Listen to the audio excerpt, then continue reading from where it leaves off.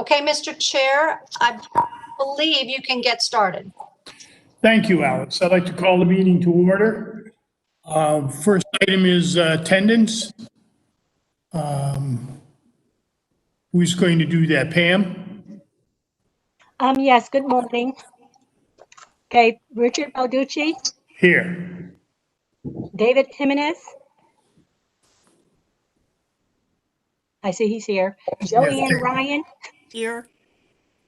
David Blitz, Present. Elise Greg Kemp. Here. We have a quorum. Thank you very much. The next item, I think, is approval of last month's meeting, minutes of last month's meeting. Is there a motion? So moved. Second? Second. Motion made second. Any discussion? Hearing none? All in favor, signify by saying aye. Aye. Aye. Opposed? Thank you. Minutes have been approved. We don't have any information items on today's agenda. We have one action item on today's agenda. And first of all, I'd like to just thank everybody for taking the opportunity to make this meeting. It's a very important one. Certainly, I know it's important as far as I'm concerned. And that Ben and Melantina and their team have done an outstanding job under very unusual circumstances to put together numbers that somehow make some sense for everyone, for our colleges and universities. And they have presented, they will be presenting a presentation to us, a slideshow for the committee, and we will also be doing it again for the entire board. These are really unprecedented times and serious times. And we have to make some unprecedented decisions and some serious decisions as we move forward over the next several months. It'll take everyone working together, I think, everyone working together for the common goal for us to be successful. And it's going to be very difficult, but I think we can do it. And that goal for me is to continue to provide a high quality education for our students at a minimal cost, while we, the board, figures out a way to come up with the financial solutions so that that can happen. And with that, I would turn this over to Mark, if you have any comments, and then Ben, or any members who have comments before we begin this presentation. Thank you, Mr. Chairman, and good morning, everybody. I'm going to turn it over to Ben in just a couple of minutes, but I just wanted to make a few points before we begin the presentation and ultimately have the discussion. You know, like every other institution in Connecticut and around the country, we are facing serious financial challenges. And in our system particularly, we've seen reduced enrollment. We've seen reduced residency hall occupancy.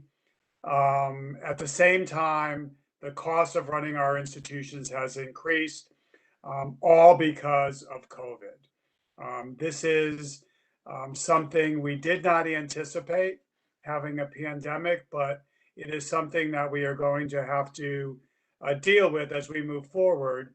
And just to echo the chairman's comments, so that we can continue to provide the high quality, accessible education to all of our students, especially since many of these students, if not most, are from the state of Connecticut. So that being said, at the last board meeting, when it became apparent that we would have these financial challenges, the board directed us as part of our review process to look at the budget and to come back with some modifications and revisions to the budget for the current year, and to really look at every option available. So all options were to be on the table. And I think when Ben makes his presentation, you will see that some of the actions we have taken so far have actually reduced the proposed or the anticipated deficit down by about $20 million, from I think 90 million to about 69 to 70 million dollars. But $70 million is $70 million, still a long way to go. As part of our efforts to bring our budget under control, we have asked the governor and the legislature for sort of bridge funding to cover that deficit we anticipate in the coming year. So I sent a letter on Monday to the governor and to leaders of the General Assembly articulating our financial challenges, what our needs were, and asking them to be partners with us in attempting to address our serious financial conditions. My mother once told me, if you don't ask, you don't get. So I thought I would ask very respectfully, and have had conversations since then with members of the governor's team and legislative leaders about how we can perhaps move forward together. As you know, the governor does not have unlimited funds, and the governor is not able to just write a check. And the money from the federal government is not unlimited. And as you know, there's been no progress in reaching an agreement around a new round of CARES funding. So we'll be also working with our congressional delegation to try to seek their help because every dollar is going to count at this at this point.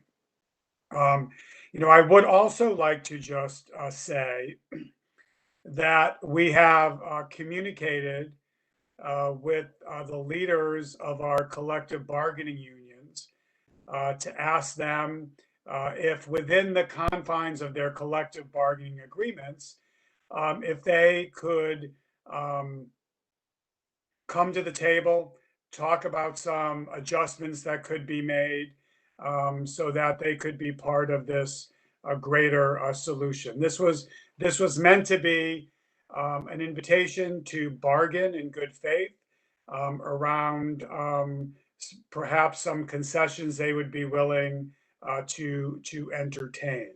And I'm still ready, willing, and able to sit at a table with anybody to try to reach some concessions so that we can put our institutions in a greater financial position. Because as you will see from Ben's presentation, the value of the raises that collective bargaining workers received on July 1st was $20 million.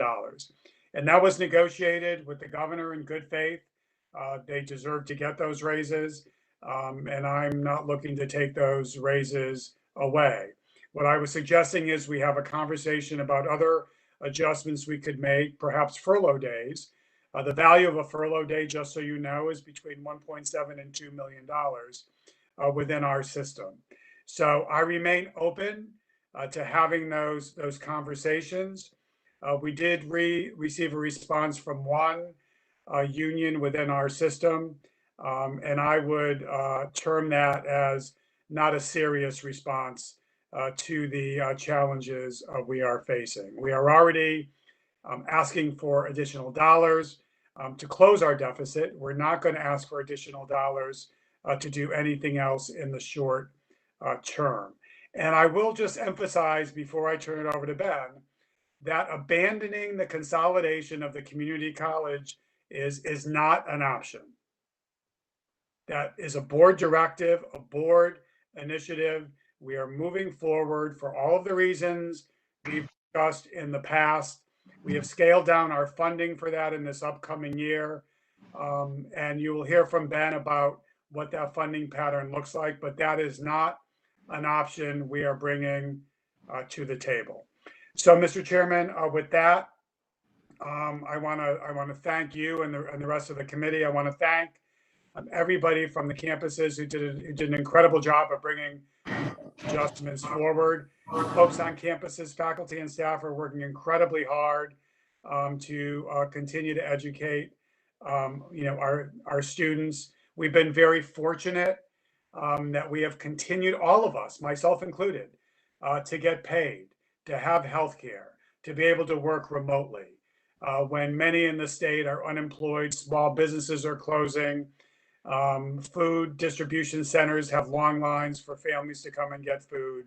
So I count myself among the lucky, very fortunate, who's been able to continue to work, to get paid, and to have the quality healthcare that we have. So with that, Mr. Chairman, I'd like to turn it over to Ben. Yeah, it is. Thank you.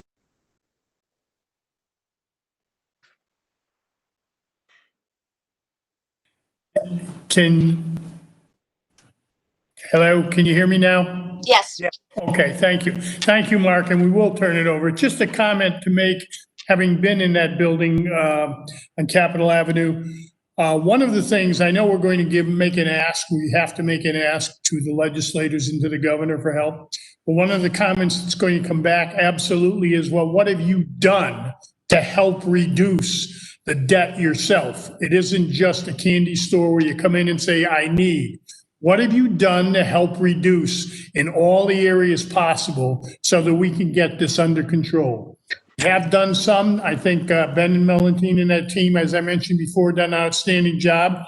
I think there are other things we're going to have to do. Once you see the presentation and go through it, we'll be able to comment. And I think, Ben, as we could comment along the way, if that's okay with you, as issues come up page by page, so we don't have to hold everything to the end. It makes sense to me. So with that, 1 second, please. yes, well, with that, I'm going to be turning it over to Ben for this presentation. And if you've had the opportunity to look at it, you'll see it's well done, well prepared, and it's scary. And I had the opportunity to look at it, and it is just that. And knowing what our fiduciary responsibility is, I know as we move ahead, it is not going to be easy. So with that, I'm going to turn this over to Ben. And when he says turn it over, he literally means turn it over. We're sharing a laptop this morning. So forgive me for the disorienting movement of my screen. So I'm going to go through the presentation. By all means, signal somehow to myself or to Alice if you have a question or want me to stop on any particular points. You can go down to the next slide, please, Alice. So as I think has been generally covered, I don't think it's surprising. Revenues to the colleges and universities has dropped below the levels we expected in the original spending plan. The colleges, this revenue shortfall comes from lower enrollment, and in the universities, it's from lower than expected residence hall occupancy. Charter Oak, I will say at the outset, has enjoyed some enrollment growth and is not affected by the revenue loss or budget circumstances that are facing the colleges and universities. So they may not come up again in this presentation to any great extent. That's a good thing for Charter Oak, who's doing well. The budget revisions, the context, and I'm on this. There you go, Alice. Thank you. This points out the change in the underlying assumptions for enrollment and housing occupancy. At the state universities, we had predicted an 8% drop in enrollment on average, a 76% occupancy of residence halls, and that produced a deficit of 33 million. Now, under this revised budget, the enrollment decline is only 6%, so they've outperformed on enrollment, our expectations. And housing occupancy is at 53%, well below the level that had been enacted. Whereas with the colleges, you can see they don't have residence halls, obviously, but their enrollment change is dramatically below what we predicted. Flat enrollment. Perhaps that was obviously that was a too high of an assumption, but at the time it seemed like the right course of action to take, given the potential for a weak economy to prompt additional enrollment in the community colleges. But instead, we're down 15%. I will just make a note that enrollment drop does seem to be focused on enrollment in the amongst part-time students, amongst students at our urban campuses, and amongst non-white minority students. So we really are seeing some of the groups that we have are most keenly interested in supporting their success in the community colleges are the same groups of students in many cases that we've seen enrollment challenges. You can go down to the next slide, please, Alice. The revenue shortfall impacts the different parts of the system in different ways. Obviously, at the colleges, the lower enrollment allows for some expense reduction related to fewer class sections. So with fewer students and fewer lower demand for hours of instruction, we are able to reduce our adjunct hiring costs in response without affecting the size of the classes or anything like that. Unfortunately, at the universities, the loss of housing revenue comes with few opportunities for savings. The debt service is fixed by a schedule, although this year we turned some money back in because of surplus funds in one of the projects at Central that allowed us to reduce our principal repayment this year. So this is a relatively low year for debt service. That's just a coincidence. We ultimately can't reduce our costs for debt service. For facilities maintenance. Our food service contracts only have limited opportunities to economize. So that puts the universities in a tougher spot to solve their budget problems. In addition, the universities used up federal CARES Act funding at the end in the spring of 2020 in last fiscal year to make up for the lost revenue when the dormitories closed. Those are not available any longer.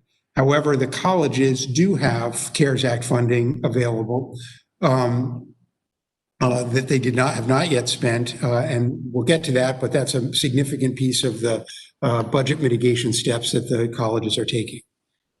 Next slide, please. The operating deficits will reduce reserves in both colleges and universities by a combined 40%. This is the reason that we need to operate in balance, is because to the extent we lose money in our operations, it comes off of our reserves. University reserves are projected to drop to 11.5% of annual operating expenditures, which is on the low side of the sort of range of possible level. I mean, it's below 10% is inadequate, in my opinion, for providing reserves to a system of universities, particularly in a time with pandemics and uncertainty around the ability to garner state and federal assistance. The colleges will end the year at only 3% with reserves at only 3% of annual spending. Again, this is extremely low, and this is the reason that the significant cuts have been proposed to the community college budgets here today. Next slide. This is just a table that shows the change in reserves from the beginning of the year to the end of the year under these proposed budget revisions. So you can see the state universities will go from 138 million down to 86. The colleges will go from 32 down to 15.7, et cetera. You can see the changes. I will tell you that the reserves will change somewhat. The starting point, the 6/30/20 numbers will change once we receive audited financial statements. But this is a projection that we've been using and that we think continues to be the best information available now. We're hopeful that those will not change negatively because of the action at the closing of the books. This table has sort of two things going on. The red bars are the losses at each institution. The office doesn't have a red bar because it's a break-even operation. So the red bars show the losses built into the budget proposals, revised budget proposals at the universities. The green dots show where we anticipate the unrestricted net position or our reserve levels at the end of the year. So as you can see, the system office and the 3 of the 4 universities maintain reserves at the end of the year in the $15 to $25 million range. Western is the exception. Western is going to the revised budget has them losing $10.25 million in operations. That brings their reserve levels down to a negative number. That is a challenge that we're going to have to deal with at the Finance Committee in the coming months. But we are not proposing a resolution to that now. We don't believe that it will have any adverse impacts on their ability to operate until the very end of this fiscal year at the soonest, and even then, probably not. But we are going to be recommending actions over the early in calendar year 2021 to address the potential for ending the year with negative reserves at Western. Next slide, please. This is the community colleges. Again, all the campuses are losing except a small amount at Quinnebog seems to have positive operations, and as Nantucket has slightly positive operations. I think more to the point, though, you can see the green dots marking their end of year budget reserves are all over the lot. There is a fair amount of reserves at the system office. However, there are significant variation, including some of our largest campuses, Gateway and Capital, have significant negative reserves at this stage. This is a cause for concern. As you know, or as I can remind you, the community college system has been effectively pooling their reserves for several years for the purposes of meeting the requirements of NETCHI for fiscal sustainability of the community colleges. So while we acknowledge the individual unrestricted net proceeds, we also provide information about the overall reserves of the community college system to NETCHI as part of our efforts to maintain accreditation throughout the system. Next slide, please. So this is just a snapshot. Always good to remind ourselves what where our money comes from and what we spend it on.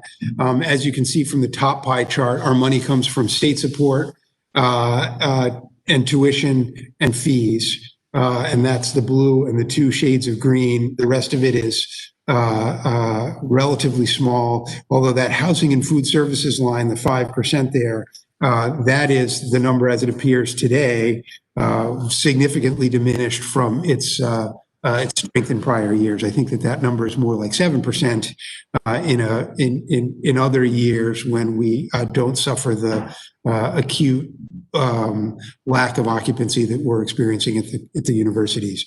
And then the bottom chart shows where we spend it. Again, it's all salary and fringe.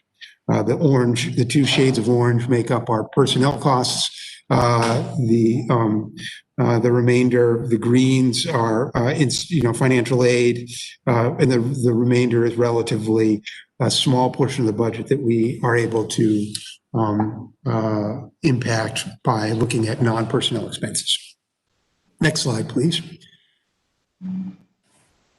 So this is just a tabular version of the comparing the original to the revised budget. As you can see, revenue is down for the universities, down $25 million. They have made about $2 million in offsetting expenditure reductions to try to mitigate the harm. One point this is new information that I've learned this morning. We did include expenditure budgets for the universities.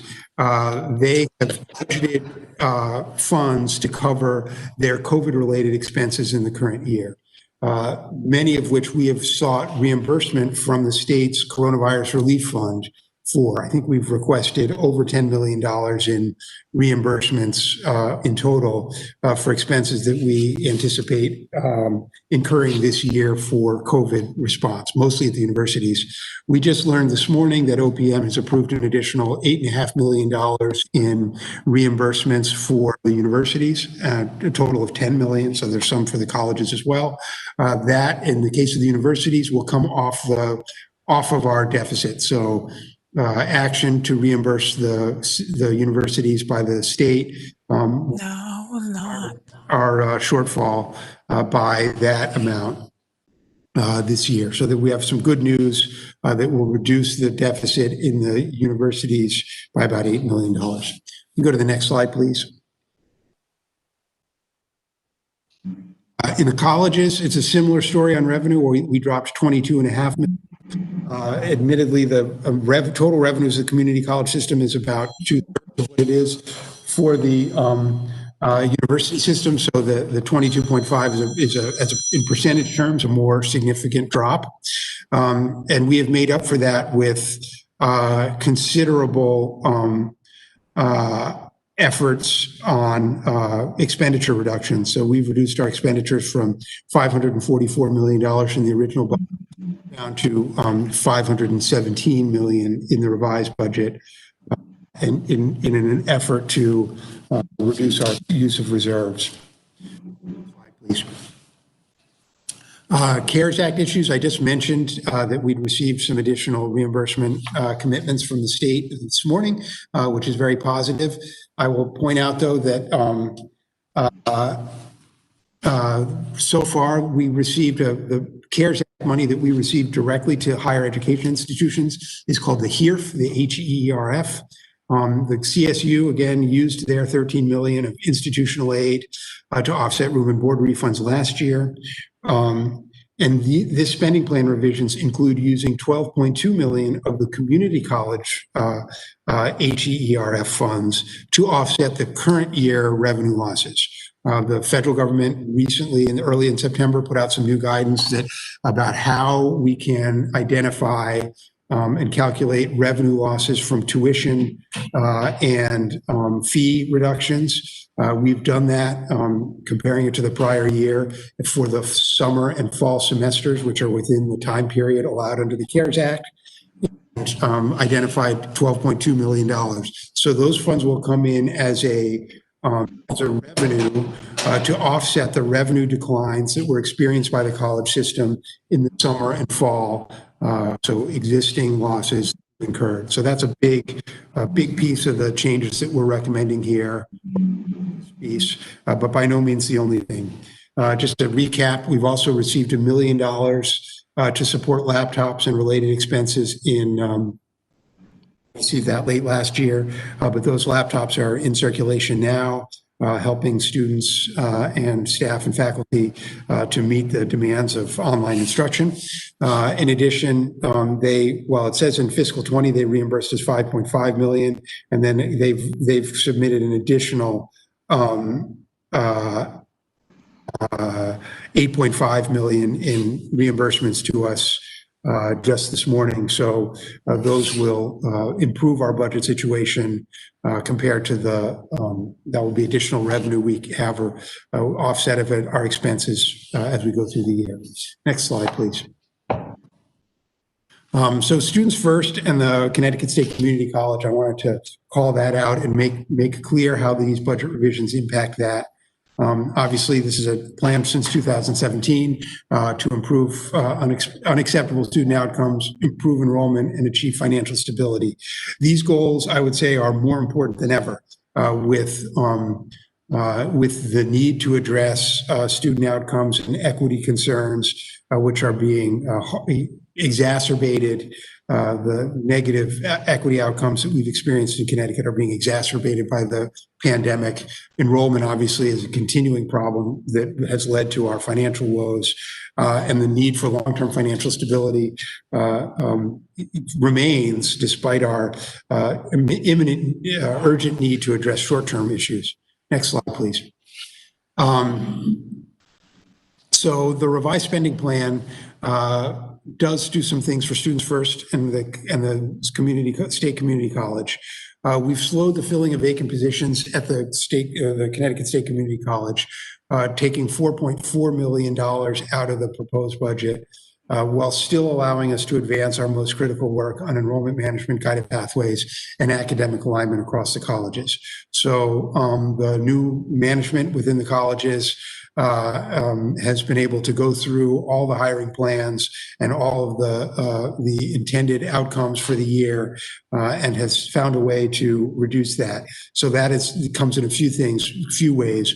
One, I think we have because we've hired a number of folks for the one college already, we have more experience about our ability to attract existing staff into those positions. So our experience so far has led us to conclude that we are going to be able to fill most of the new positions in the one college with existing staff. That saves us money. We also have refined our timing of hiring people around especially guided pathways and enrollment management area, which is where most of the new the positions that have yet to be filled in the Connecticut State Community College exist. We've refined the timing in a way that we think preserves our initiatives while saving some money. We are resuming aggressive implementation of shared services. Those were undoubtedly delayed this summer. We had intended to bring some of the shared services for payroll, for instance, online in July, but because of the transition to remote work and the other compelling issues we needed to be focused on with the pandemic response, we slowed that down. We are transitioning those employees from college positions at the colleges into positions in the shared service organization on Friday of this week. Because it's the state government, we have to do it on Friday after a payday. So we're doing it this Friday. Those folks are being transitioned over into the new shared service organization, and we will begin rolling out milestones for the conversion of their work into a new organizational model. But they will begin reporting to the director of shared services in my office, and we'll begin rolling out payroll shared services now. And next month, we will begin rolling forward with accounts payable and purchasing under the shared service organization. We are also we are advancing campus staffing changes that are required under Students First in late fiscal 21 and 22. So we are looking at the totality of the changes that are reflected in the Students First and beginning to make some of those changes starting as early as late this fiscal year. Excuse me, I'm just plugging in my computer so I don't lose my battery. The next slide shows the original budget and how the revised budget, what those reductions are in percentage terms for the Connecticut State Community College. As you can see, we've reduced our total PS and fringe for the one college by 4.4 million. That's a 30% reduction of our initially proposed budget. None of the major initiatives are abandoned. Although the timing of their implementation has been deferred slightly, but within this fiscal year. In other expenses, we allocated 17.7, almost $18 million of other expenses. This is almost entirely IT expenses. When we put together the one college budget, we thought at the time that it made sense to budget the IT expenses in the one college. But we are using instead, in addition to the one college, we have a budget for the shared services area within the system office. In the shared services budget, we decided is the best place for us to budget the staff who work providing services directly to all the different colleges in the system, including areas like IT, enrollment management, finance, payroll, purchasing, and human resources. So those staff have been budgeted in the shared service area, and we thought it made sense to budget the IT costs, the license fees and infrastructure costs for maintaining our system-wide IT infrastructure, that should be budgeted in the shared service area where we can allocate those funds appropriately to the campuses that use those services. So we've taken that out. What's left in the OE budget in Connecticut State Community College are the OE expenses related to academic and student affairs within that college. So those are academic expenses that we will continue to budget in the one college. Next slide, please. So the Connecticut, the fiscal 21 hiring plan, so far we've hired or transferred 29 staff at the Connecticut State Community College. We've also provided $400,000 in faculty stipends that was necessary in order to maintain progress on the curriculum alignment work over the summer. We are planning to hire 24 additional staff, primarily in academic affairs and enrollment management, that we think are critical for the NECHI accreditation process, and we are implementing guided pathways. I will point out again here, of the 29 positions filled so far, only 4 have been outside hires. The other 25 have been transferred from within the system into these jobs within the one college. So there are people from college campuses, a few people who are working at universities and elected to take a position in the one college, and people who've been previously employed at the system office. The only outside hires have been the 3 regional presidents and the interim CFO. Those are particularly specialized positions. In the case of the regional presidents, those were the result of a national search.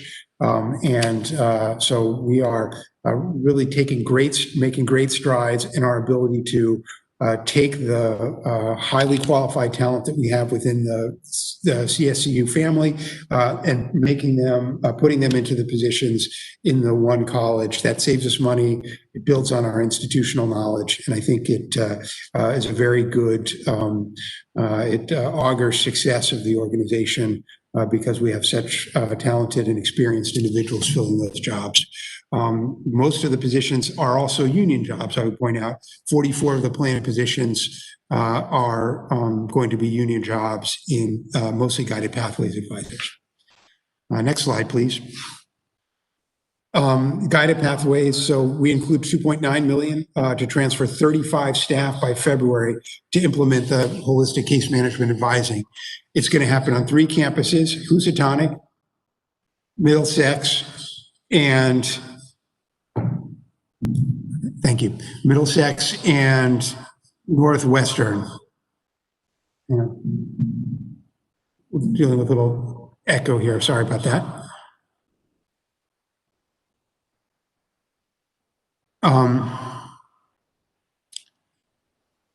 So we think that this continued investment in advisors is critical. So we're obviously proceeding with that in this budget revision. Next slide, please.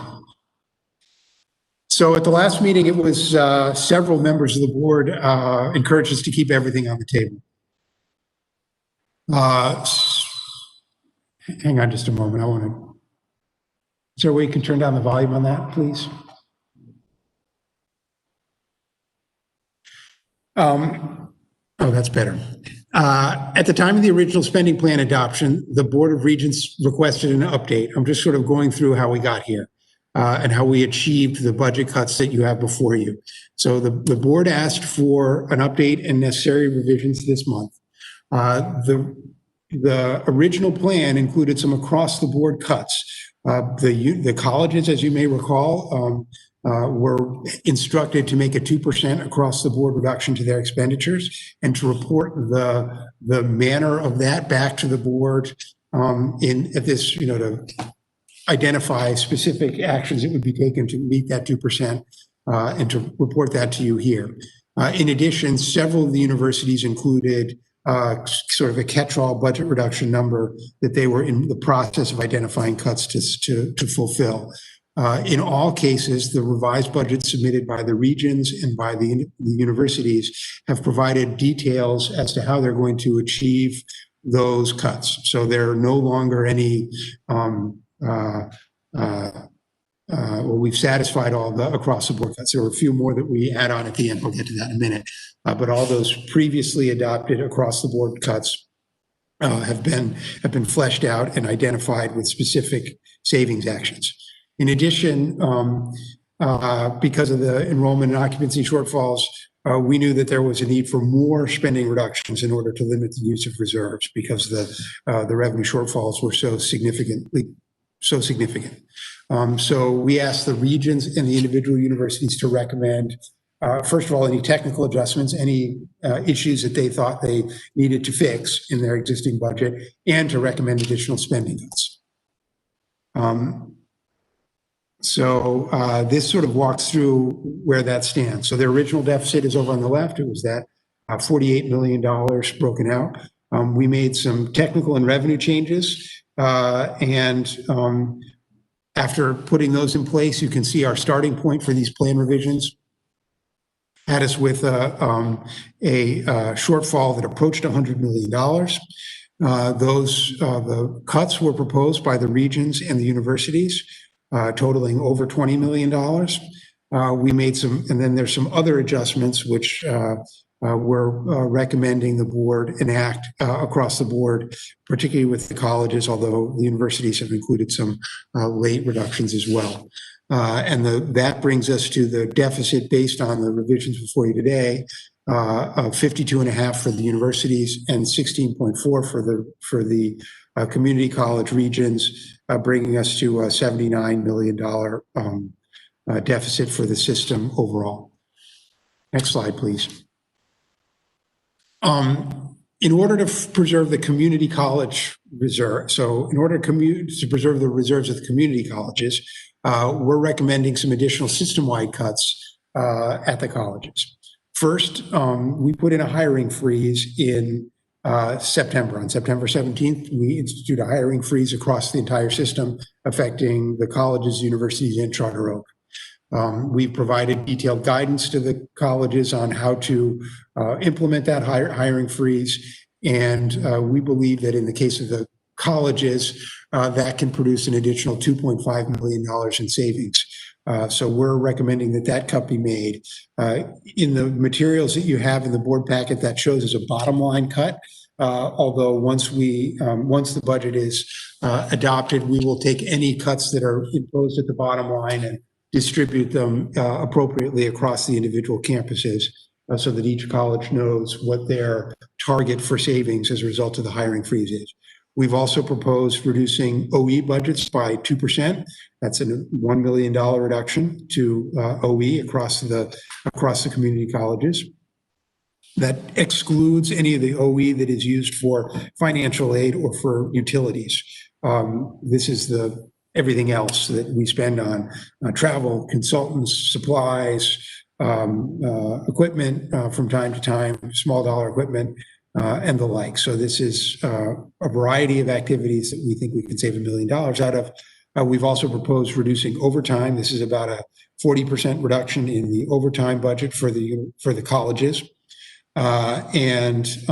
We have also proposed a $500,000 reduction to reflect a reduction in discretionary release time provided to full-time faculty. We did an evaluation of non-instructional time in the spring of 2020, and during that semester, there was about $700,000 to $800,000 worth of non-instructional release time that was provided to full-time faculty that was discretionary. This is release time that's not required under contract as additional responsibilities or in recognition of serving as a department head, not department chair or the like. So this is discretionary release time. We've recommended that could be reduced by about 2/3 to save $500,000 in the spring of the current fiscal year. Next slide, please. We've also recommended some other budget actions that we think may benefit the CSU this year, but the benefits really can't be quantified and included in a budget document. So first of that is we're requesting additional state general fund support to offset our revised deficit. As President Ojekian mentioned, we've already sent a letter to the governor and to legislative leaders identifying this. We are working with them on a daily, well, maybe not every day, but certainly weekly basis in terms of reimbursements for COVID expenses, but also in terms of finding other ways that they can support our operations with additional funding of any kind, but also looking for a general fund appropriation to offset this one-time deficit related to COVID. Another area is participation in the governor's work on staffing and retirement patterns. We intend to participate in that effort, and we are hopeful that it will produce some positive impacts for us this year, or more likely in future years. We're also continuing to press for current year concessions from our bargaining partners, the unions that make up the vast majority of our workforce. We obviously cannot implement concessions without agreement under the state's collective bargaining system. A recent request for union participation has not yet resulted in meaningful financial solutions, but we will continue to press for that to happen. Just in terms of the potential for that, the unionized workers are receiving $20 million worth of raises this year under the 2017 agreement. That's a similar amount to last fiscal year. You can see we've broken it out into faculty and staff and non-union staff. Those, the value of those raises, both within the university and the college system. The non-union staff have not received raises this year. And I've also put in the value of a furlough day. As you can see, a furlough day is worth $1.7 million. That's about $1 million in the universities, about $700,000 or $800,000 in the community colleges. Just as a technical matter on that chart, the employees in the system office and the one college have been ascribed to the either the state university or the community colleges based on which side of the house their pay is allocated for the simplistic presentation. Next slide. Long-term budget initiatives. There are several areas that we think we can produce longer-term budget savings, but require advanced work, analysis, and discussion before we're going to be able to find those savings. We believe that we need to do these things, some factors that we need to consider as we look at these long-term budget initiatives. We need to accommodate the transition to one college under Students First to make sure that we're doing that in the most cost-effective manner. We need to ensure that programs are effective and aligned with our mission, that's something that was clearly articulated by a member of the board at our last meeting, and we will bear that in mind as we look at these long-term actions. Finally, we need to ensure that the staffing of all our institutions meets the needs of students and can provide cost-effective services that meet our NETCHI accreditation standards. So we need to take a new look at how we're staffing our various operations across the system, focused on the needs of students and the requirements of our accreditation. Finally, we think that the budget actions, the budget revisions, we're including in these revisions and including in the resolution that we've presented to you, comprehensive efforts to review these operations and to produce formal recommendations to the regions for further action. So these items don't necessarily produce explicit savings in the current fiscal year that we're able to identify. But we do believe that if we start this process, we can achieve more savings to put on the table for next year and beyond. In specific, at the colleges, these efforts that were longer-term efforts will include a comprehensive effort to formally review academic and student programs to ensure that our credit-bearing programs are meeting our mission and goals in a cost-effective way. That is going to include comparison amongst the colleges and amongst our benchmarks nationally as to how the costs and effectiveness of those various credit-bearing programs. We will look at our non-credit programs to ensure that they are self-supporting, or if they're not self-supporting, that the board is aware of the subsidy that we're providing to some those programs. I fully acknowledge that it may be in the system's interest and the public's interest for us to subsidize certain non-credit programs because of their importance to economic development activities or the mission of the university and college university system. But we want to be very clear about those programs which are requiring support. And lastly, student support services, we're going to take a look at those to make sure that they are structured and staffed effectively. And in addition to looking at it from a program perspective, we are going to evaluate staff assignments at each campus and the system office. We'll make sure that we are able to implement any right sizing of administrative costs that we can achieve, many of which were envisioned under the Students First plan. So we will that is dovetails with developing detailed plans for the transition under Students First, which is we are now, I think over the next year, we'll be able to begin fully implementing. And again, to continue our review of non-instructional time approvals for full-time faculty to see if our experience in the spring of this year yields any lessons for how we can manage that more effectively and increase the amount of time our full-time faculty is spending in front of classrooms.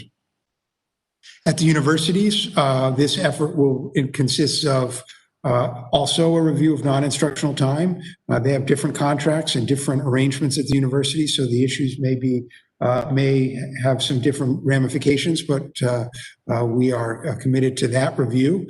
We're also going to evaluate the expansion of shared services to the universities. We currently have only very limited services that we provide on a shared basis to the universities.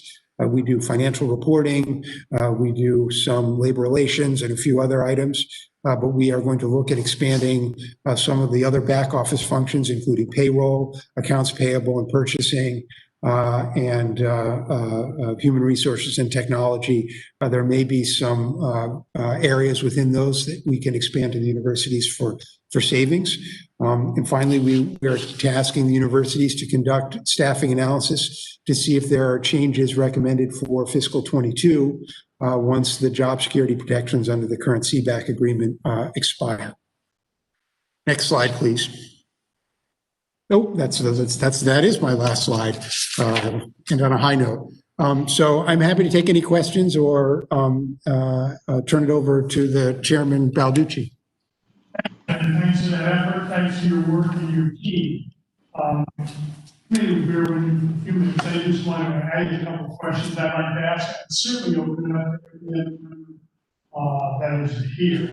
First question I wanted to ask you, because I had a couple of phone calls. Hey, Ben, it's very difficult to hear the chairman, and we're not seeing him. Maybe you could ask him to move closer to the mic.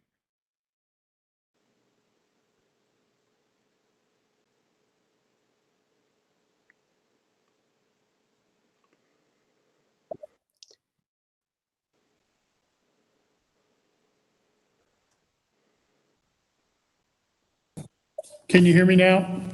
Much better. Thank you. Thanks for that, David. Thanks for that comment. Yeah, I just had a couple of questions. I have several questions. And the first one I wanted to comment and ask Ben about was that I had a couple of phone calls about early retirement. I mean, that's always rumored around here and there.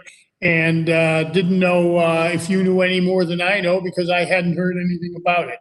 And I was wondering if that was, or there are any comments that you could make for that, for the members, et cetera, et cetera.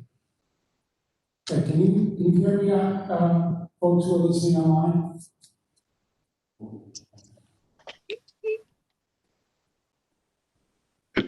It's difficult to hear. It's muffled. Sit here. We'll get sit together. I apologize. We're all mastering the technology. Yes, we have had some. We have reached out to obviously any kind of early retirement incentive would have to be negotiated by the state of Connecticut, who has the exclusive purview over pensions and benefits for state employees. We have reached out to the state to inquire as to whether or not they anticipate concession agreements or anything around a retirement incentive of any kind. And they have been quite adamant that they do not anticipate any kind of retirement incentive, that's not something that they believe that they are likely to agree to, or that they don't think it makes sense to the state right now, given the significant number of retirements that they anticipate over the next year and a half anyways. So I don't believe that a retirement incentive of any kind is at all likely to be put in place between now and June 30th, 2022, when the changes in COLAs and other retirement health come into effect. So that's not a solution that we should consider as a likely solution. Thank you, Ben. We look at some of the comments that were made, and I think we're going to look long and hard at a couple of them that Ben mentioned, that the college reserves have gone from 32 million, that by the end of June of next year, they'll be at 15.7 million, that the university reserves have gone from 138.5 million, that by next June, they'll be down to $86 million. The system office has, by the way, about a little over $22 million in reserves.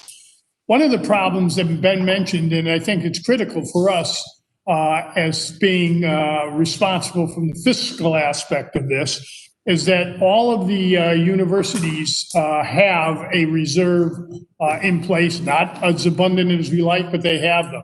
The big problem, of course, is Western, which comes up with a shortfall of about 3.6 or $3.7 million.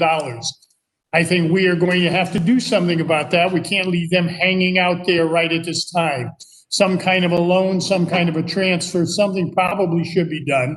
One thought I thought might be that some kind of negotiation between Central, Southern, Eastern come up with like 1.2 million out of their reserves to help alleviate the problem at Western. That's one thought. I have another, but that one comes to mind, help remove or diminish the issue of Western.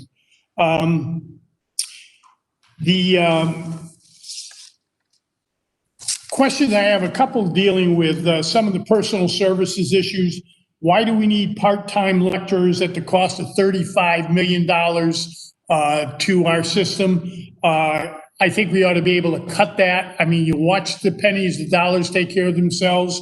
I don't think we cut 35 million or even half of that, but I certainly think that may be able to be a consideration, Ben. And instead of me giving you right back, unless you're on there, are you able to correspond? Okay, that's one question. We have graduate assistants, by the way, if you've gone through some of the numbers, to the tune of $4.2 million. 4.2 million for the 4 universities. Southern has 3.2 of that, of those dollars. I can't understand, at least right now, outside of looking at numbers, why they have 3.2 million and the other 3 universities share the other $1 million. Why is that such a great number?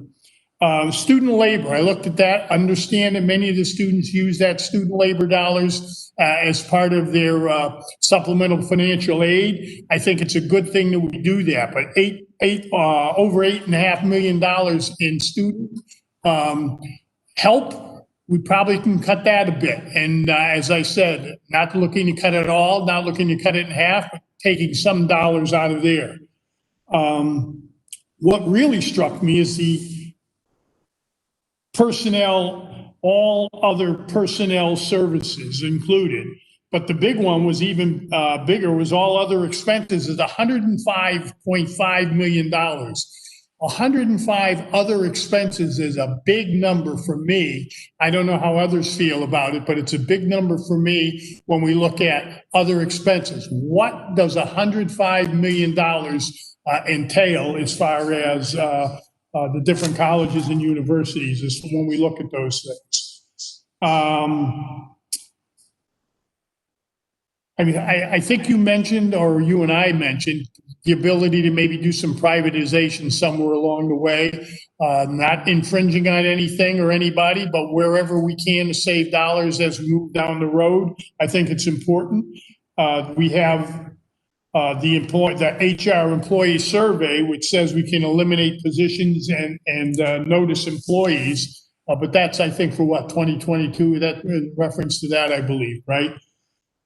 And then the question, of course, which you mentioned was furloughs. And as I said, I went through this entire list of everybody that's involved with the furloughs. I didn't see the system office included in that, but I think you alluded to that. But if you just repeat it as we move along, Ben, that would be appreciated. And I think we're going to have to ask for general fund support from the legislature and from the governor. And I think we can do that and can do it looking them in the eye if we make some moves on our own here, work with the unions, hopefully. And if not, then we're going to have to do some things that may be more difficult, but we are going to have to make some serious moves as we move forward, since we are the ones that are responsible from a financial point of view. Those are my comments, and I don't know if you want to comment back on those, and then we'll have members of the committee. No, thank you. I would, can we mute your volume up?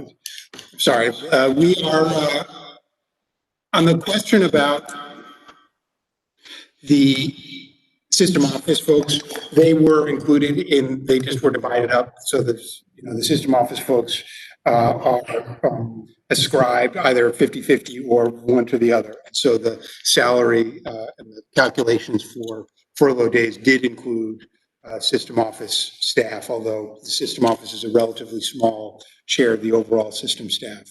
So that is included there. I do think that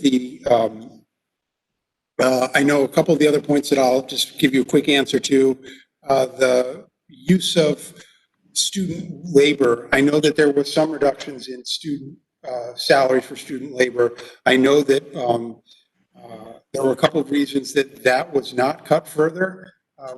First, there is the obvious, we want to support our students, and we are aware that many students make their financial plans for attending school over the year, including an expectation of their ability to garner some wages doing student work. And we don't want to create affordability problems for those students by withdrawing that work. In addition, especially at the colleges, although it may be true at the universities too, I know it's true, very true at the colleges, and they raised this, that the student workers have long done important tasks. So they have served as cashiers, they have facilitated a lot of support work that goes into keeping the campus running. And so they don't, particularly as we've, cut on overtime, we have eliminated vacant positions. The shared service change has resulted in some staff being shifted into the, away from the campuses. It's seen it's important to maintain access to student workers in order to ensure that they can have somebody there to take cash at the cashier window or whatever it is. So we're trying to find a middle ground. You asked about Southern's graduate assistance. That is a specific program that they have at Southern that is apparently a well-regarded program and has been in effect for a number of years that relies on graduate assistance and it's a unique program for Southern. So the reason their number is higher is because they have a unique program that involves them. I can obviously get you some more information on that program. I didn't want to, it wasn't just that they spent more money on it, it was because of a particular different way that they have organized themselves at Southern. But I appreciate all your comments. I know that we are continuing to look at different, the last one, I'm sorry, looking at my notes, the issue of privatization. Obviously, we have significant constraints on privatization under our collective bargaining agreements. However, we are looking at, in places where there are significant amounts of vacancy in areas where we can do that, we're looking at it. So we are evaluating whether we should use a use a contractor or use state staff in cases around, custodial staff and security and some of the other areas where we have existing, where we have historically used private contractors. We are certainly looking at that in cases where there are vacancies that would allow the conversion. But in no circumstances are we currently considering noticing any employees in order to privatize. That would be, I believe, directly prohibited by our collective bargaining agreements. Mr. Chairman, you're muted. Well, we're certainly taking a look at that. In the long term, we're taking a look at the question of lease time at the universities. Hear the question. And I think that the charge that comes out of this resolution is going to demand that the universities take a real comprehensive look at the ways in which their academic programs are staffed and make sure that they are appropriate relative to benchmarks and relative to what the academic needs of those programs are. But currently, we don't believe that we can, especially given the fact that enrollment actually has grown at the universities relative to their original budget.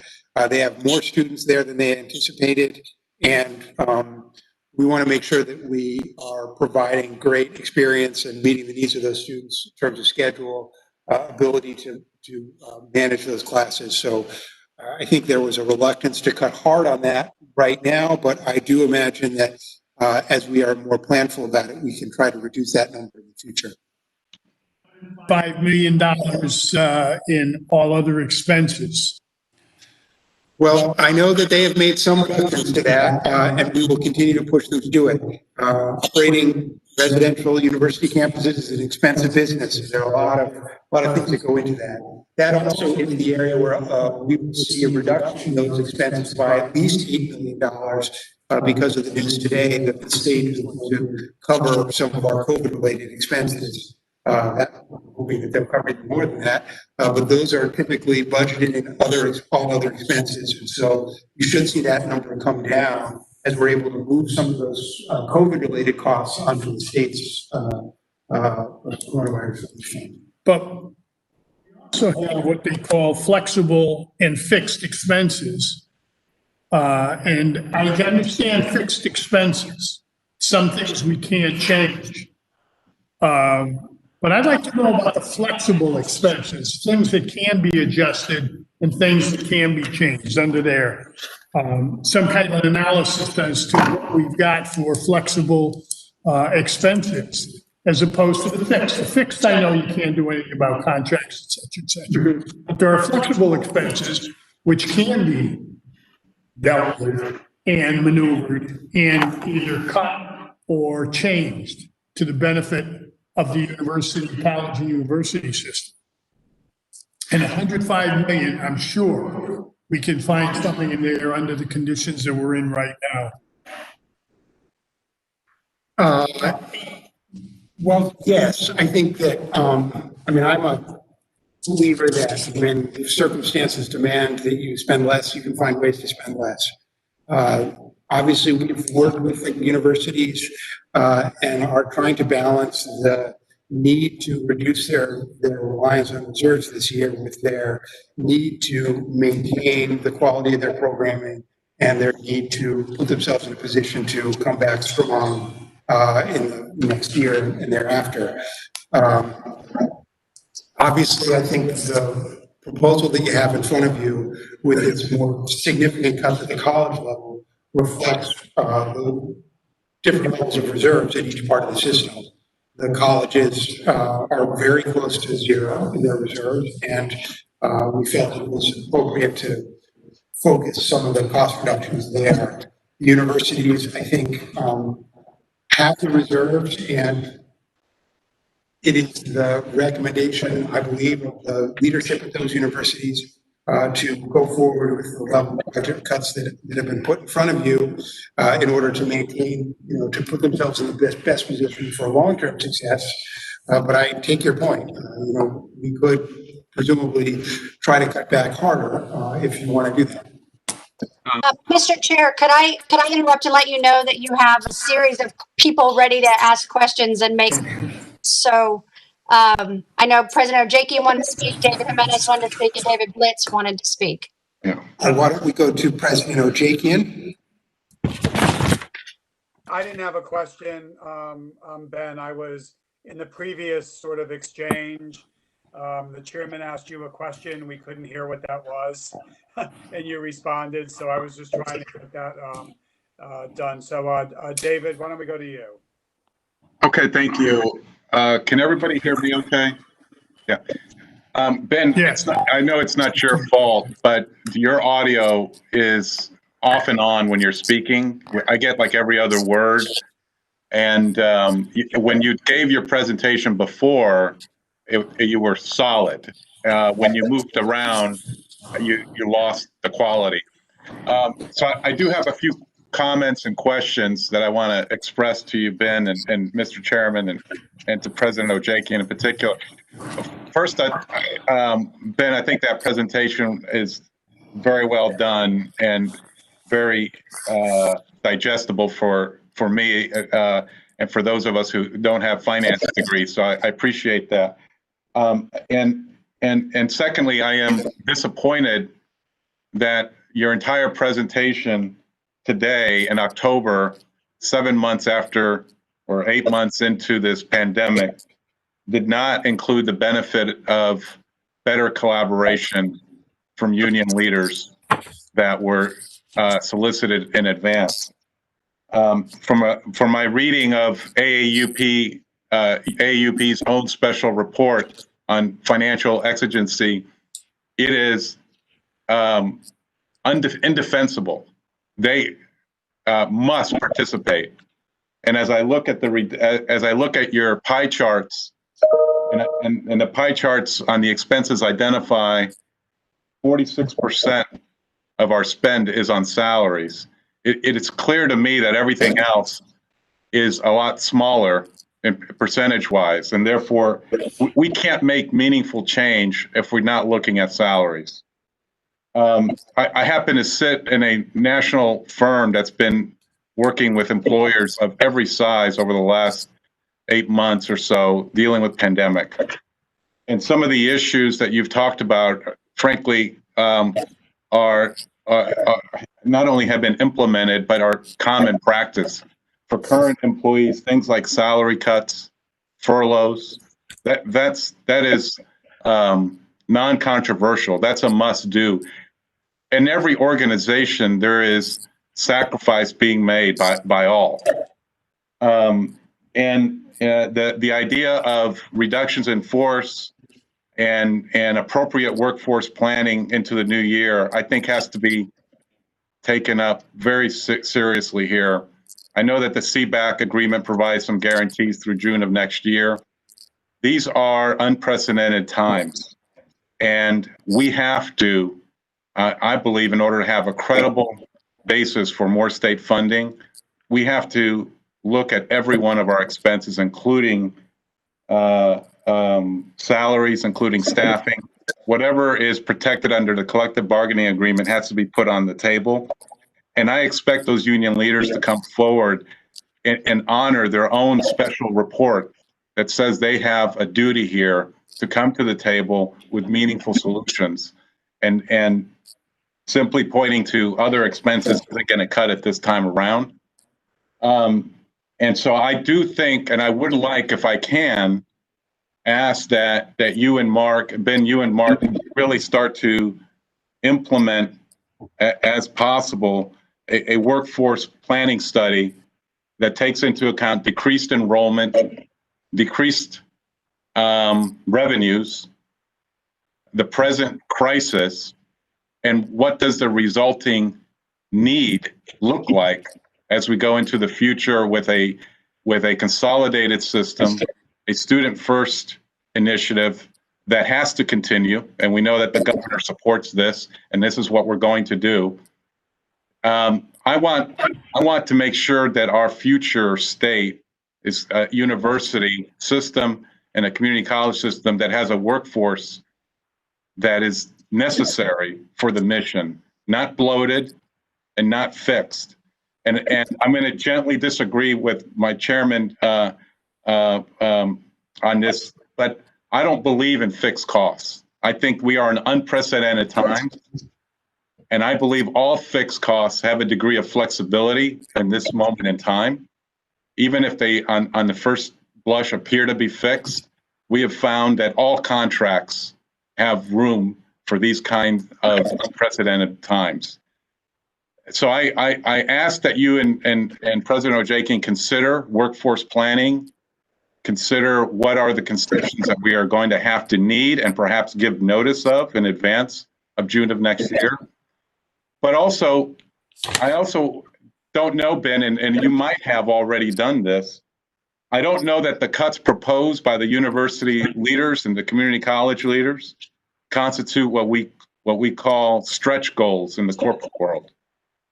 Are these cuts that they're proposing because they had to make a proposal, or are these cuts that we've said are necessary and stretch goals, meaning beyond what they first want to do, well beyond, right?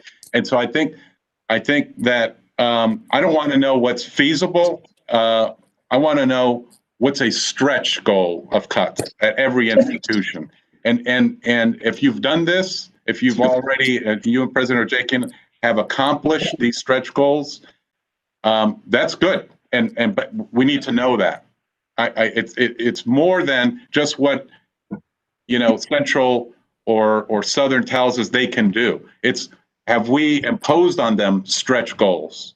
And do you feel we've reached a right compromise that maintains the mission and at the same time provides added revenue or income? So I think it's a comprehensive approach. I think your presentation today is a terrific and large first step, but unfortunately it's missing the workforce planning part, which I think it should be pursued aggressively and full speed. And at the same time, I would just ask you to go back to the expense side, go back to those institutions and see, can we add stretch goals that are even more aggressive, even if they begin to cost us in other ways? Let's identify those stretch goals. So those are my broad comments and questions to you both, Ben and to President Ojekin. So if I could just quickly respond, and then Ben perhaps can talk about the level to which he thinks institutions sort of met those sort of stretch parameters that you were talking about. I think what Ben's presentation indicated, and I'll just echo, is we are going to be working with college and university leaders on the sort of overall workforce plan for the future, and what the staffing patterns need to look like. Not only because we're in unprecedented times, but what is the system, what should the system look like in the future, and what is the workforce that's necessary to do that. I also agree with your point that we should be able to sit down and have meaningful conversations and negotiations around those costs that we can perhaps reduce based on personnel cost reductions. And I know that different contracts have different definitions of what exigency means. We're always happy to sit down and talk about how we could make adjustments based on the current contracts. As you know, and because you're leading the effort with Regent Felice Gray Kemp, we're starting to enter into negotiations for the successor collective bargaining agreements moving forward. And so I would think that this would be an opportunity to have those conversations both pre and during those collective bargaining sessions. I think we, to your point, all need to be part of this, greater, solution. When I was in the governor's office, the governor Malloy used the term shared sacrifice, and everybody sort of scoffed at it at the time. But I believe more now than perhaps then we need to engage in conversations that really showcase our efforts towards shared sacrifice. And I also, think if we were able to do that in 2010 and craft agreements, totaling $1.6 billion with our partners in labor, I don't see any reason that together with our collective bargaining union leaders, that we can't sit down and come up with some sort of plan that makes sense. A plan that just doesn't ask for more money, right? Because the response, as we've seen, has said, we need more money. When we know that, we've asked the governor for more money. We're looking for more federal dollars, and Ben was very happy to report this morning that now we have an additional amount of federal dollars to help subsidize the universities, and the colleges. It's not just talking about where fringe benefit costs should be paid out of. We've had those discussions over the last 5 years since I've been president, or trying to find new dollars to provide free college for university education. I mean, those are very worthy goals, but at this time, we need to have a more nuts and bolts conversation about how can we reduce costs to make the budget more tenable in the future. So I'll continue to, to reach out, David, and try to have those conversations. Ben, do you want to talk about the sort of stretch goal discussion David's had? Yes, I'm happy to do that. Let me just do a quick sound check. Can you hear me okay, David? Much better now. You got a little bit of an echo, but pretty good. Thank you. We've been solving some technical issues on the fly here, so I apologize for the inconvenience there. I would say that in terms of these being stretch goals, I think in the case of the community colleges, these are stretch goals, and I'd like to pay a direct compliment to the regional presidents and the regional budget, the regional finance officers, Gennaro and Jen and Carrie, who have done a fantastic job of working with the system budget staff, with Melantina and I, to identify cuts and ways to save money at the community college campuses that I think go well beyond the comfort of the campus leadership. And I appreciate that they have embarked on that task with the diligence and attention that it deserves. So I believe that right now, and I would also point out our package included, after we went through the entire process of getting the cuts proposed by the regions, which I think were challenging to the colleges. We then implemented some additional reductions based on the hiring freeze and based on an OE cut. So we cut some of their salary money and their other expenses money across the board in order to ensure that we had goals in place that were, as you say, stretch goals. The universities, they embedded many of those sorts of cuts within the changes that they presented to us. I don't believe that any of the university CFOs with whom I've worked on these budget revisions are comfortable with the changes that are there. They are difficult to achieve budget reductions for the universities. That said, I do think that they are very interested in finding ways to challenge some of the preconceptions that we all rely on or have historically relied on. So the issue, for instance, about non-instructional time is very interesting to several of the campuses who would love to find a way to reduce their adjunct costs by getting more course instruction out of their full-time faculty. which, that's this is one of the issues in higher education, the productivity of your faculty in terms of how many courses they teach is a major issue in your financial condition. And they are very interested in looking at that. I think it's very difficult to make unilateral changes quickly, but I think they have recommended some and are very interested in participating in a process that will develop some others. I will certainly be happy to sit with my colleagues and ask that question again in detail to see whether there are some additional cuts that we could recommend that would get us to that position of being stretch goals that we can put in effect. Because I share your view that we should be challenging ourselves well beyond what's comfortable and easy to do, and into those things which are complicated and require us to rethink some of the fundamental relationships that we have in how we operate our campuses. So I share your view. I think we've tried to do that, and we've succeeded to some degree, but I do not think that we have succeeded completely. And I will be happy to take another look at how we can try to get to the place where you want us to be.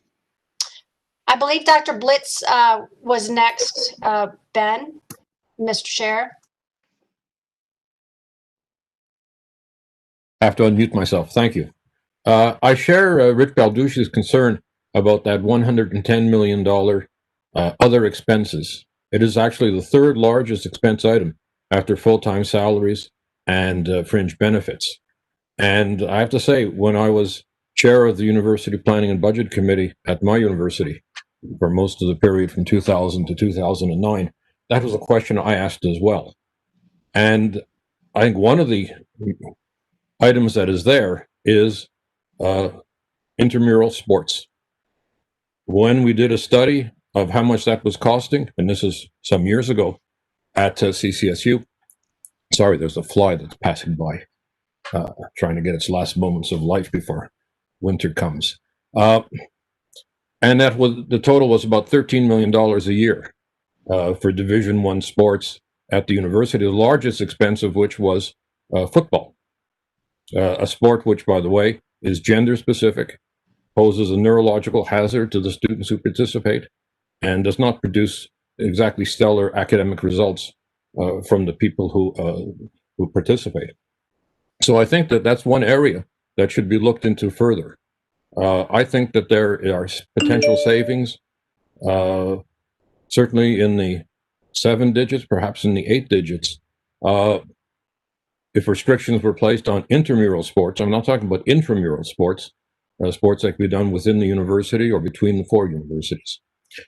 Secondly, there's the whole question of the cost of enterprise level proprietary software and the possibility of shifting to a greater proportion of open source software, which is reliable, scalable, and to a large extent cost-free. And I just give one example.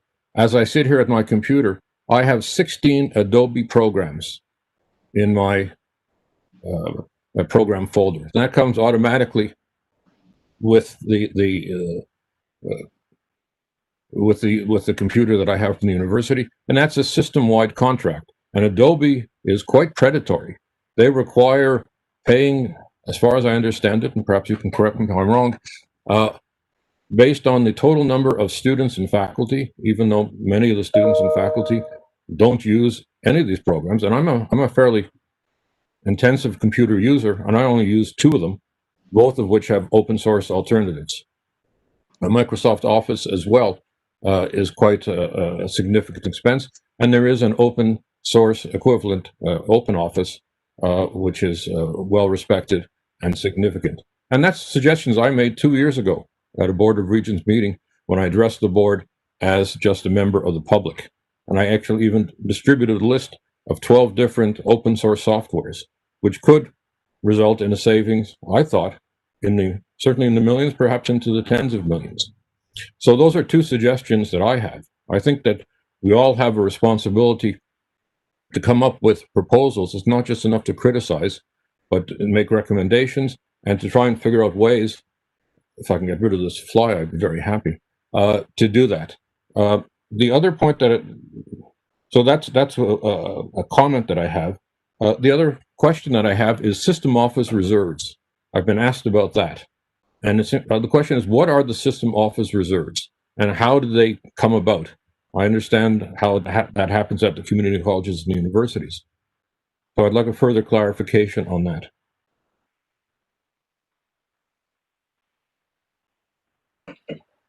Sure. The system office reserves, there are two separate system office reserves. There's one for the community colleges and one for the universities. I don't know where the original funding came from because we typically try to budget the system office to be break even. I mean, we budget only its expenses, and to the extent that there is a surplus at the end of the year, it would be relatively small because we intentionally avoid doing that. However, over time, the sum of the surpluses and deficits in the past accrue to the fund balance and become part of the system office reserves. I believe that in the years ago, there was a planned effort for the universities to share reserves with the state university systems to create some system reserves at the CSU system level, and that those reserves continue to this day and are available to the system office. Although in the case of the community colleges, the system office community college reserves are, we've been treating them as commingled with all the other reserves of the colleges into one system-wide reserve level, which is necessary in order to provide financial flexibility to those member colleges. At the universities, it's a different question. We don't, each university reports its UNP separately and relies on those reserves to justify their financial wherewithal to NECHI, for instance. So they have been there for a long time. We used a small amount of reserves, as you recall, to fund the PACT program this fall, and we could use reserves to do additional things of system-wide impact. Or we could, the board could elect to transfer reserves among the institutions or the system office. So it's not as a practical matter, all of these reserves are under the purview and control of the Board of Regents. So I don't think there's a huge distinction between the system office and the campus reserves, particularly the colleges where we are essentially treating them as a single set of reserves that applies to all 12 institutions. I hope that answers your question. Any other comments, David? Alice, were you keeping track of who else wanted to speak? Are there any other folks want to speak before we conclude this? Can I ask a question as an observer? Yes. Two small questions for Benjamin Barnes. The first question is in the food. I know housing is fixed. Oh dear. Let me just shut that off. I know housing is fixed and it's obvious that debt and everything continues, but on food contract, you mentioned that the food basically is fixed also, even though the residents are down by 50%. I didn't understand why we have a loss coming out of the food contract.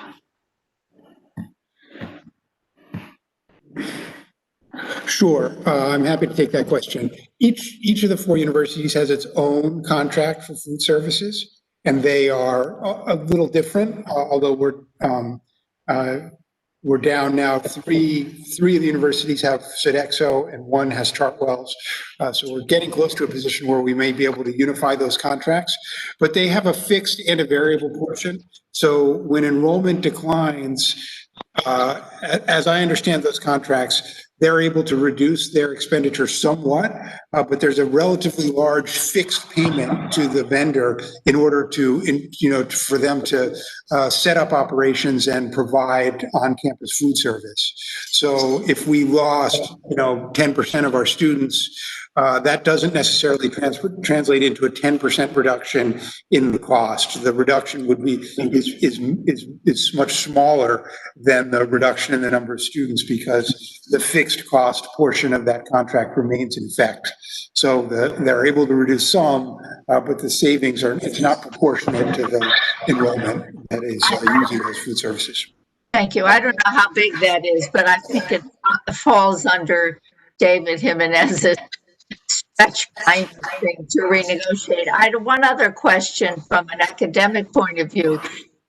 Under the new guided pathways allocation of advisors, the original apparently was a ratio of advisors to 700 students plus per advisor in the materials. I saw that number. What is the new number supposed to be under the new budget? Carrie, do you want to answer that question? Yeah, the materials that came with the new budget said the current advisory ratio for students is 700, or maybe 770 students per advisor. We are adding some advisors, but not as many as what. What is the ratio going to be under the revised 2001 budget? Yes, hi, my name is Carrie Kelly. I'm the interim CFO for the Connecticut State Community College. And on the 3 campuses where we will implement guided pathways, the new ratio will be 250 students to each advisor. Thank you very much. Thank you. If I could just follow up as well, Aviva, with that. That's a very good question. Even though we're not able to move as swiftly on the advising front because of the pandemic, it's important to understand that the Governor's Workforce Council, of which I'm a member, has been looking, at a variety of strategies for economic development and workforce development in Connecticut.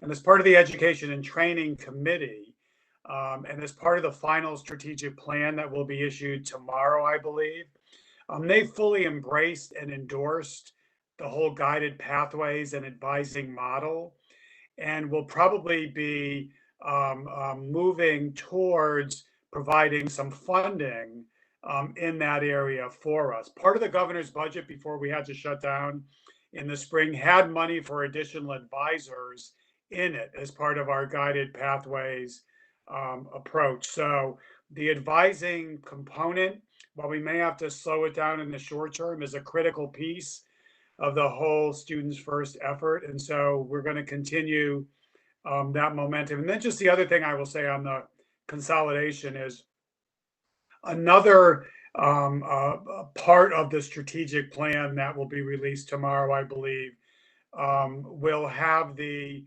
Workforce Council endorsing the consolidation of the community colleges, not only because of the reasons that we began to implement it around success rates and equity and financial stability, but because of the relationship between the community colleges and the workforce. And they view a consolidated entity as a better sort of vehicle to move the economic development strategy down the road, to be able to put employers and employees, especially they will endorse the general education core curriculum. And so there's a lot in the workforce report that will come out. We'll share that with the board once it's released tomorrow, but it's important to know that the governor's board and the governor himself, are fully supportive of our effort around the consolidation. Any other questions? Yes, I do. Chairman, Mr. Chairman? Ben, it's Joanne. I have a question. Yeah, go ahead. Go ahead, Joanne. Okay, thank you. Ben Barnes, thank you so much. That was a very, very comprehensive plan, and I appreciate the hours you put into it. And so I applaud you and Mark and your colleagues for the effort. I do have one question, which I'm sure you've researched, but I just thought I would bring it out. Have you analyzed the difference in shared work as opposed to furlough days, in that psychologically the shared work is more palatable to employees because there is unemployment that is granted to them for the days that they are not in the office, as opposed to just a furlough day. So I think many of our companies are using shared work, and we actually had the head of the Department of Labor Shared Work Department talk to all of us about the differences. And I meant to get an analysis for you just on some of the what the savings is to the companies, but I don't know if you've looked at that, but it is working very effectively. And I just think it might be worth something, just looking at that as opposed to furlough days, because of the tremendous savings as well as the effect it has on the employees. Thank you.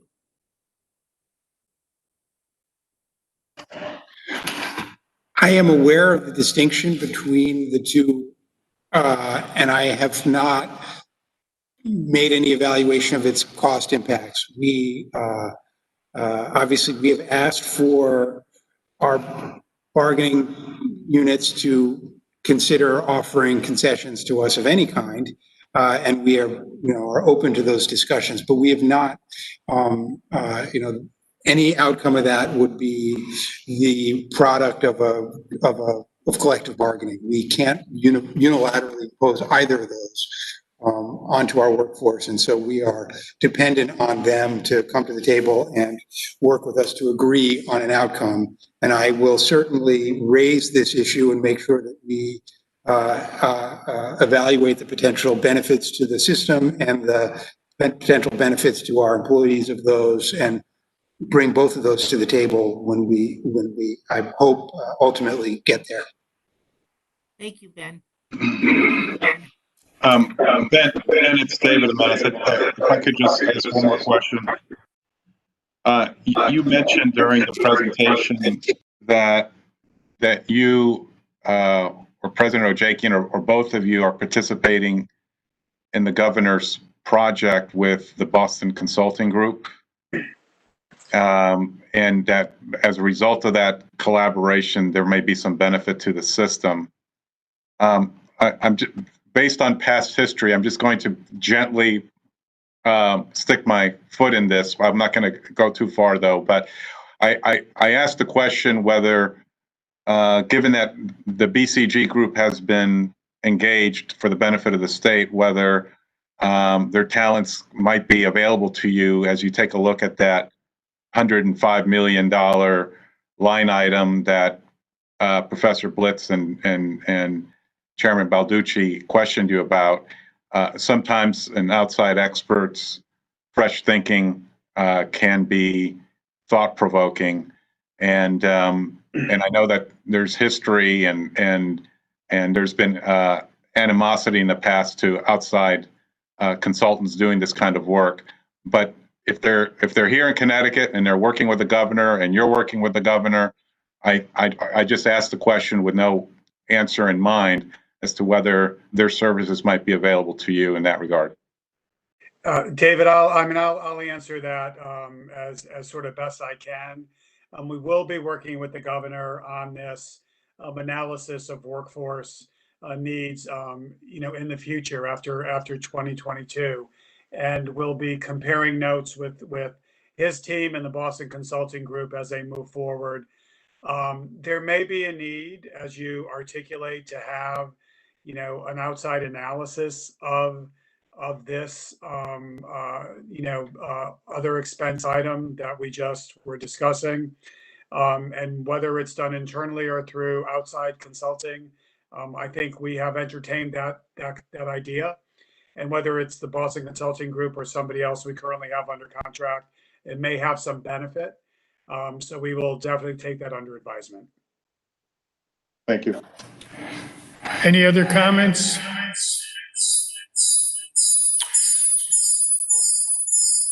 Okay, I think that Well, one of the things, I think we've had a great deal of discussion here. I think the presentation was great. But we're going to have to start getting really serious with some of the places where we're going to make some of those moves as far as saving dollars. And we have to start thinking about, either cutting back on courses or cutting back on programs, or worse, if this thing continues at the rate it's going. So we're going to have to make some very tough decisions as far as a committee and as far as the board goes as we move forward. With that, I would ask if there are no other comments for a motion to adjourn. Oh, I'm sorry. We have what? We could, you have to move on, act on this one, and then there's another agenda item to accept some groups. I'm so excited about what we're doing. I have to, is there a motion to adopt this a program to make the presentation to the board? So moved. Motion made. Is there a second? Second, thank you. All of in favor, signify by saying aye. Aye. Opposed? Motion carried. And now we have one other item. I had the agenda, and that has to do with gifts, Ben. Am I correct? Yes, that's correct. There's a second agenda item requires the Board of Regents. The Board of Regents is required to accept gifts, and the Gateway Community College has been offered, I believe it's 6 gently used motor vehicles for its automotive program from the General Motors Corporation. And we would welcome a motion to accept those gifts for the use of the automotive program at Gateway. Is there a motion to accept that? David, thank you. Second, I will second that. All those in favor, signify by saying aye. Aye. Opposed? Motion's carried. If there's no other business to come before the committee, I would now entertain a motion. Could I have one more comment, please, Mr. Chairman? Before we do, yes, absolutely. Please go ahead, Ben. I just want to make this offer. I've certainly made it to Chairman Balducci, but I will make it to all the other members of the committee, that if they believe that there are further adjustments to this budget that they want us to evaluate or to provide some advanced work for the week before the full board meeting, we certainly, myself and my staff, are available and willing to work with you to identify answer any questions you have about the spending levels, but also if you wish to propose changes to this to do the work to facilitate you making those changes to this budget at the full board meeting. So please don't hesitate to reach out to us with specific questions or for assistance in any way we can provide it. So thank you, Mr. Chairman. Thank you. Now is there a motion to adjourn? So moved. Thank you, David. Second, thank you, Joanne. All those in favor, signify by saying aye. Aye. Aye. Opposed? Thank you. Meeting's adjourned. One of the things we may want to look at too is consolidation of some of those